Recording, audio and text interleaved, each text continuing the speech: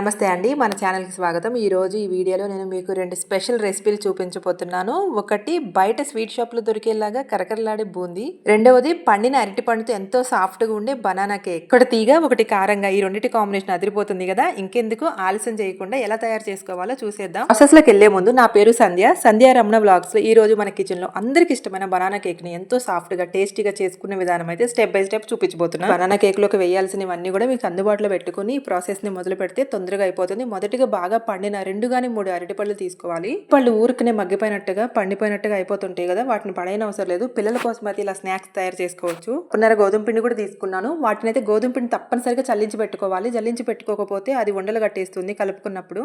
పిండి జల్లించుకునేటప్పుడే వాటిలోకి ఒక స్పూన్ బేకింగ్ పౌడర్, ఒక హాఫ్ స్పూన్ బేకింగ్ సోడా వేసుకుని కూడా చల్లించుకుని పెట్టుకోవాలి. అరటిపళ్ళు పైకి చూస్తానికి అలా ఉన్నాయి కానీ చూస్తున్నారు కదా ఎంత నీట్గా ఉన్నాయో లోపల. అందుకని ఏం పాడవు. వీటితో కేక్ కానీ పిల్లలకి స్నాక్స్ తయారు చేసి పెట్టుకోవడం వల్ల మంచిదే బనానా.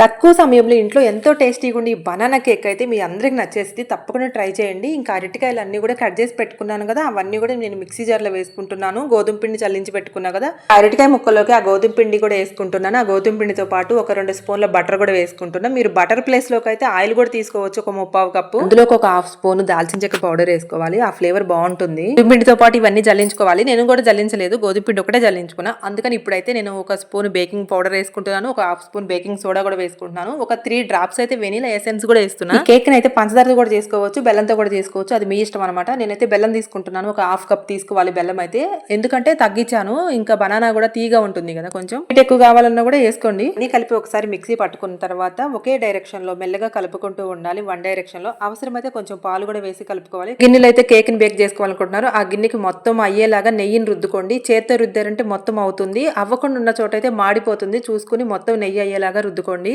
దాని మీద పొడి గోధుమ పిండి ఉంటుంది కదా, మొత్తం చల్లితే అలా కోటింగ్ లాగా అవుతుంది కదా, అప్పుడు ఆ పిండి అంతా కూడా వంచేసేయండి. దానికి ఆ కోటింగ్ అయ్యి అలా ఉండిపోతుంది. గ్యాస్ పెట్టిన గిన్నెలోకి ఈ మిశ్రమాన్ని అంతా పోసేసుకోవాలి. ఒకసారి ట్యాప్ చేసినట్టుగా అంటే బబుల్స్ లేకుండా ఉంటాయి. వాటిల్లోకి అయితే మీరు కావాలంటే టూటీ ఫ్రూటీ వేసుకోవచ్చు, జీడిపప్పు ముక్కలతో వేసుకుని కుక్కర్లో బేక్ చేసుకుంటాను. అందుకని దానిలోకి అయితే సాల్ట్ పోసుకున్నాను కొంచెము. ఇంకా గిన్నెని అయితే తీసుకెళ్లి డైరెక్ట్ పెట్టుకున్నా. కుక్కర్ మూతుకున్న బెల్ట్ అయితే తీసేసుకుని ఇంకా కుక్కర్ మూత పెట్టేసుకోవడమే. 30 మినిట్స్ కానీ 40 మినిట్స్ కానీ స్లోలో పెట్టుకుని గ్యాస్ ఫ్లేమ్ లో ఎప్పుడు కేక్ ని బేక్ చేసుకోకూడదు. అది తొందరగా పైన చుట్టుపక్కల కూడా మాడినట్టుగా అయిపోతుంది, అది బేక్ అవ్వదు కూడా. 30 మినిట్స్ అయిపోయింది. ఒకసారి తీసి చూడాలనుకుంటున్నాను. తీసి అయితే చూస్తున్నారు కదా, నైఫ్ తో ఇలా కూర్చున్నా కూడా కేక్ మొత్తం చక్కగా బేక్ అయ్యి దానికి పిండి అవ్వలేదన్నమాట నైఫ్ కి. వాళ్ళు కూడా చాలా ఇష్టం అనమాట కేక్, క్రీమ్ లేకుండా నార్మల్ గా ఇలా బ్రెడ్ కేక్ చాలా ఇష్టపడుతుంటారు. చూద్దాము ఎలా ఉందో అని చెప్పేసి నేనైతే తీయంగా నేనే షాక్ అనమాట. కేక్ తయారైపోయింది. కేక్ అనగానే మనకు గుర్తొచ్చింది కేక్ తయారు చేసే గిన్నెలు ఒకటి, అవన్నీ ఏయో గుర్తొచ్చేస్తుంటే అవన్నీ అవసరం లేదు. నేను తయారు చేసిన కూడా స్టీల్ గిన్నె, మీరు గమనించారా? మీరే కాదు, నాకు కూడా అర్థమైంది ఏంటంటే బేక్ చేసేటప్పుడు మాత్రం స్టవ్ ని హైలో పెట్టుకోవద్దు, చాలా లోలో పెట్టుకుని బేక్ చేసుకోవడం వల్ల టైం పట్టినా పర్వాలేదు. నైఫ్ తో ఇలా అంటున్నాను కదా, అది చుట్టుపక్కల కూడా అంటుకుని లేదనమాట, చక్కగా బేక్ అయింది. పోన్లే, నేను స్టీల్ గిన్నెలో పెట్టాను, మొత్తం మాడిపోయిందేమో అనుకున్నా. కాకపోతే ఏంటంటే మనం నెయ్యి రాసుకునే పద్ధతి, నెయ్యి మొత్తం చక్కగా అవ్వాలి, గిన్నెకంతా అవ్వాలి. మనం మళ్ళీ గోధుమ పిండితో పొడి పిండితో కూడా ఆ నెయ్యి మీద మొత్తం అప్లై అవ్వాలి. అది వైట్ గా కోట్ అవుతేనే దానికి అతుక్కోకుండా చక్కగా బేక్ అవుతుంది.